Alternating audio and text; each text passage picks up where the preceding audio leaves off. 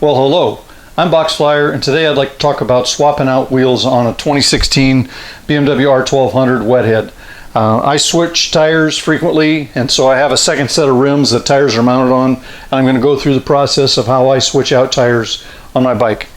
First thing I need to do for doing the back, I have to get the tools together. I need a T40 and a T45 and a T50 to do the wheels on the front and the back, and a 3/8 inch ratchet, a 6-inch extension for that ratchet, a 13mm socket, T25 Torx tip for the little screws that hold the muffler cover, and a T25 to unscrew the rest of the cover on the muffler. First thing I'm going to do here in the back is remove the pannier, and that lifts off and you set it aside. Next thing I'm going to do is remove the little chrome cover that covers the front clamp that holds the muffler on. This front screw has a metal washer on it. It's exposed to a lot more heat because it's close to the catalytic converter. The Boxflyer board, I've got a panel for the chrome cover here, and this front one has the washer on it. The back one has no washer.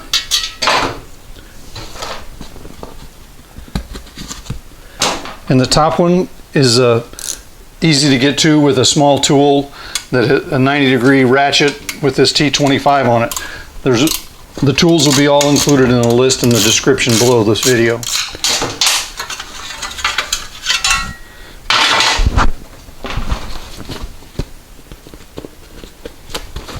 Now that I've removed the little chrome cover, I want to talk about this clamp that goes around the muffler. It is a 13mm socket that goes on here, but the socket doesn't go in far enough for you to get a good solid bite with the 6 flats on the nut that's here. So I cut the end of my bolt off, and you can see it's really only sticking out about, maybe 3/8 of an inch, so that this socket fits right on there, and I can get the square drive all the way on firmly to make sure that I have secure bite on the bolt. The next thing I'm going to do is take the T40 and remove the clamp at the back of the muffler.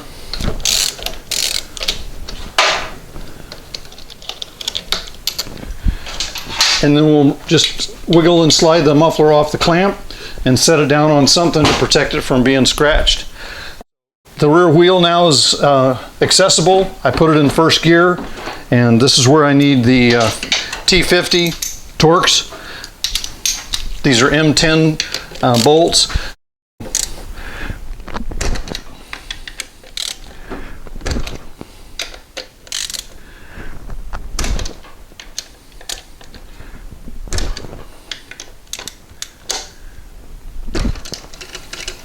These are installed dry, so they come out, they're all dry, there's no lubricant on them. The engineering specs were designed with these to be dry, just like the spark plugs are supposed to be installed dry, so the torque values are correct. You don't overstress the metal in the threads or on the bolt because you lubricated the threads. They were designed to be done dry.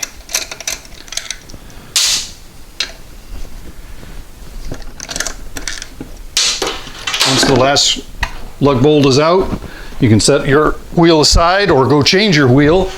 In this case, I've got another wheel already built up, but while you're inside here, is it time to maybe clean out the holes, the lightning holes in your rotor. Take a look at your pads, make sure that they're not excessively worn. Check for leaks around your accordion boot on your final drive.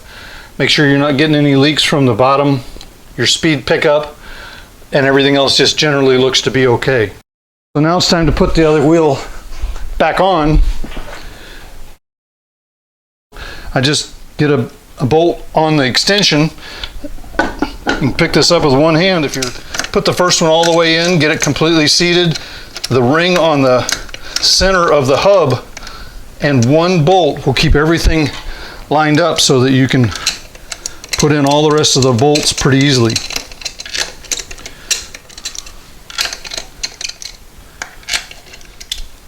Now I have my torque wrench here, and this needs to be to 60 Newton meters is the number I have written on here.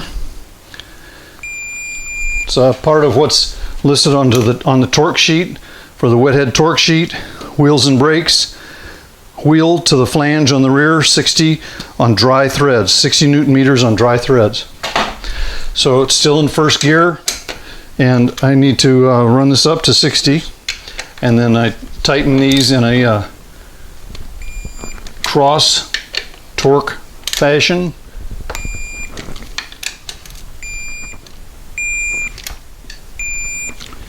Once those are all tightened in, now you can put your muffler back on. I put this together dry. I don't put any lubricant around this. It just needs to slip on and be a dry fit. The only thing you're lining up is you need to line up this bolt hole through to the attachment clamp on the back, and then while you got a hold of it in your left hand, you start your bolt in there. This is the T40, torqued to 19 Newton meters.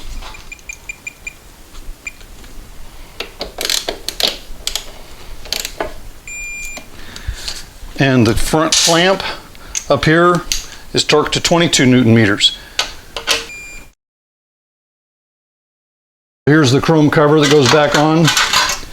We've got the first one that goes on is the one with the metal washer. Goes up in the front. Next one is, I'm going to start by hand, is down here in this back corner.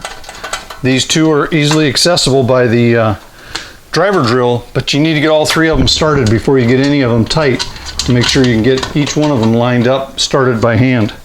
So now that they're all three started, I'm going to go ahead and tighten this top one, the hardest one to get to, with my little 90-degree ratchet, 1/4 inch drive ratchet.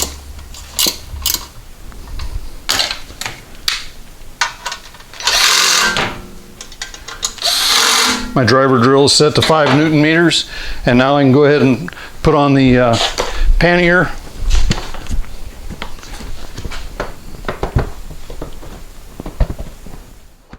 You got to kind of wiggle it to get your handle to lock down. Once it's locked down, the back end is done. Now, tools I use for changing out the front wheel are the same 13 millimeter short socket for the caliper bolts. I have a 17 millimeter socket for the bolt that holds the quick release axle on the other side. The pinch bolt on the front is a T45, so this is about one of the few places that you need a T45 on the bike. I also have the T25 Torx tip to remove the front fender fairing. I have a couple of short bungees that I can use to hold the caliper out of the way on each side. So I'll start by removing the fender, the upper fender. These screws go in the, show where they are on the Boxflyer board as well.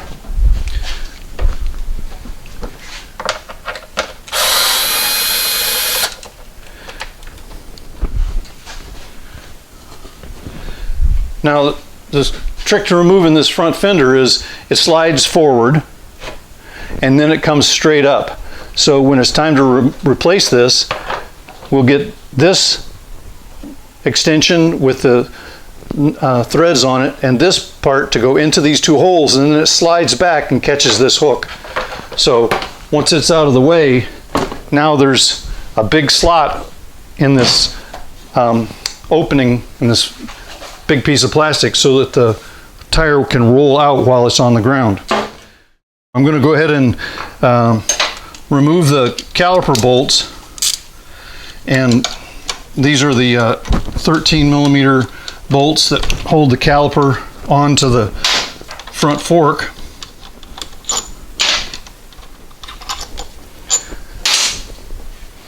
I'll go remove the caliper bolts from over here.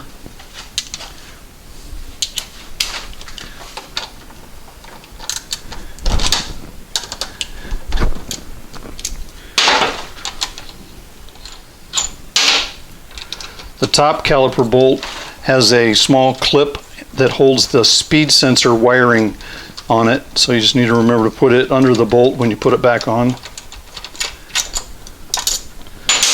Now this is a little bit tight when we're going to remove the caliper and get some space out of here, so I just pull the clamp off of the hose, the hydraulic hose for it, and now there's more room for this caliper to come out.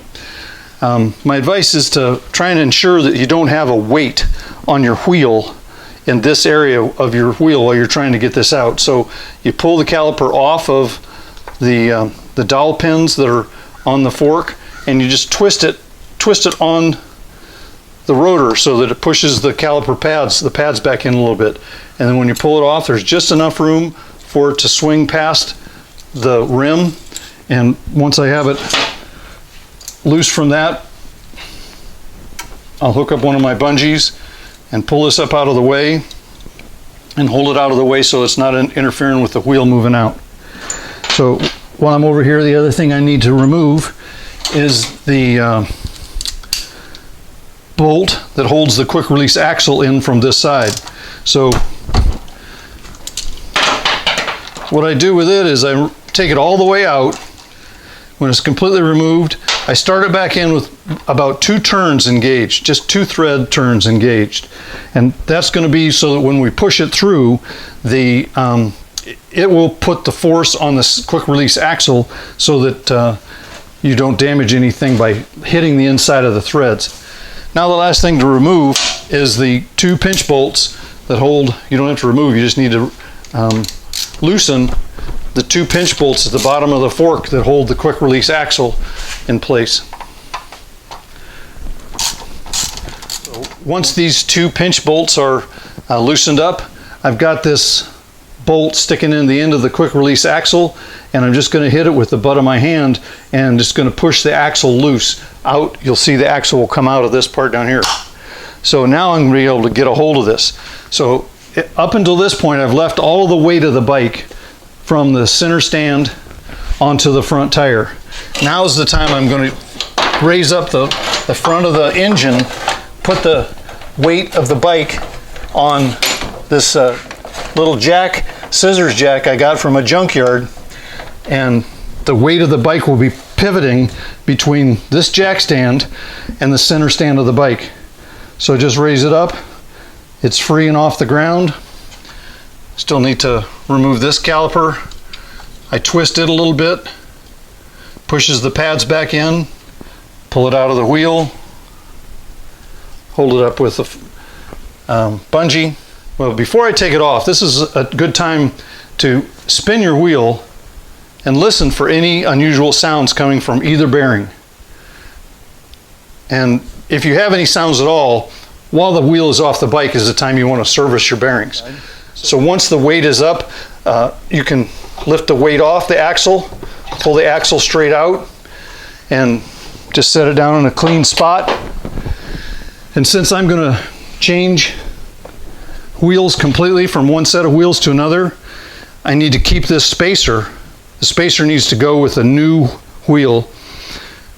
So this tire is done. Here's a replacement wheel. And I need to put my spacer in the side over here where the speed ring is.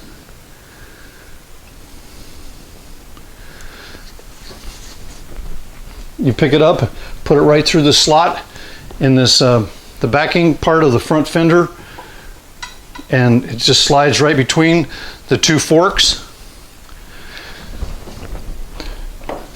Inspect your quick release axle. If there isn't a layer of grease on it and it's not protected, you need to put some grease on it. Look where the seal has been riding on this shoulder of the quick release axle. Make sure it's not worn a groove in here by having a dirty seal. And you start it in to the wheel through the fork first. Just get your hand up at the center of the rim, lift up the whole tire and rim, and this will just slide right through and into the other fork leg. It sticks out maybe 1/16 of an inch on this side, and then you take the bolt that holds the quick release axle on this side. So I need to tighten the bolt on the quick release axle to 30 Newton meters to preload the bearing.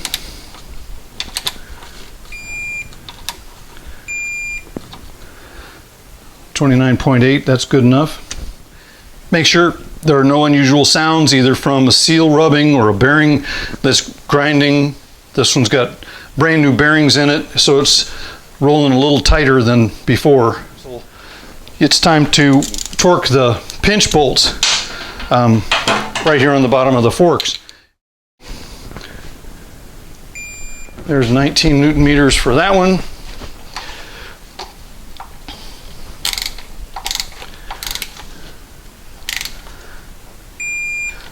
Newton meters for that one. Now that the wheel is completely tightened into the axle and is secure, I'm going to let it down back off this jack so that the weight of the bike is on a more stable platform between the center stand and the front tire. It's now steady, and I can put a lot more torque and work on the bike without fear of it tipping over. Now I'm going to go ahead and replace the caliper. The caliper pads, this is a good time to look and see that there's no debris in the pads or along the edges. The grooves indicate that the pads have plenty of life left before they need to be replaced at the service limit. Again, I'm checking to make sure my weights aren't actually at this point on my rim, so that I can just line it up and kind of feed the open part of the pads to the end of the rotor, and it just slides right on. Now I'll put on the the bolts that hold the caliper to the fork.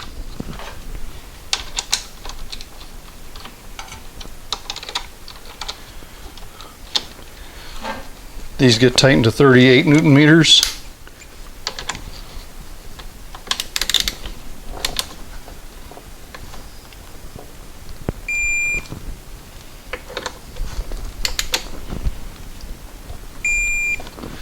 Now take it off of the bungee, and this is the one where we have to, when we put the caliper back on the rotor, put it on the dowel pins.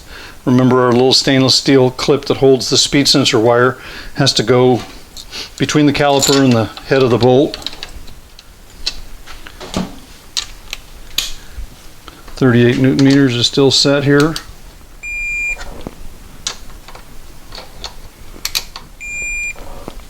And we need to put our little clip back on that holds our speed sensor wire to the hose for the caliper.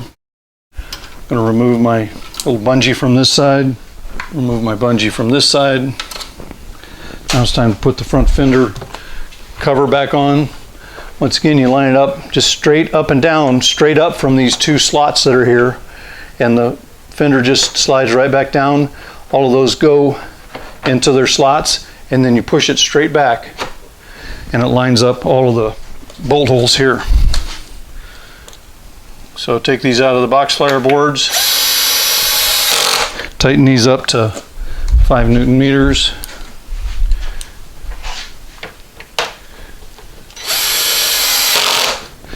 And one more thing I need to do before the actual installation is complete is to pump the handbrake, make sure that I push the pistons out, push the pads back against the rotors so that it's tight, and you won't come to your first stop and have a panic because you don't have any pressure or any effective braking. Now, since I changed rims, this also means that I've changed the TPMS signals that are on here. So these are a set of rims that I built up. I showed in a previous video, and I interrogated the TPMS so I know the serial number, and I write it onto the rim so that when I change rims back and forth, I can easily refer to the number that I wrote on the rim, and when I connect my GS911 to the bike, I can then input the correct TPMS that are installed on the bike so that the receiver in the tail of the bike will report properly on the dash, and I can see what my pressures are.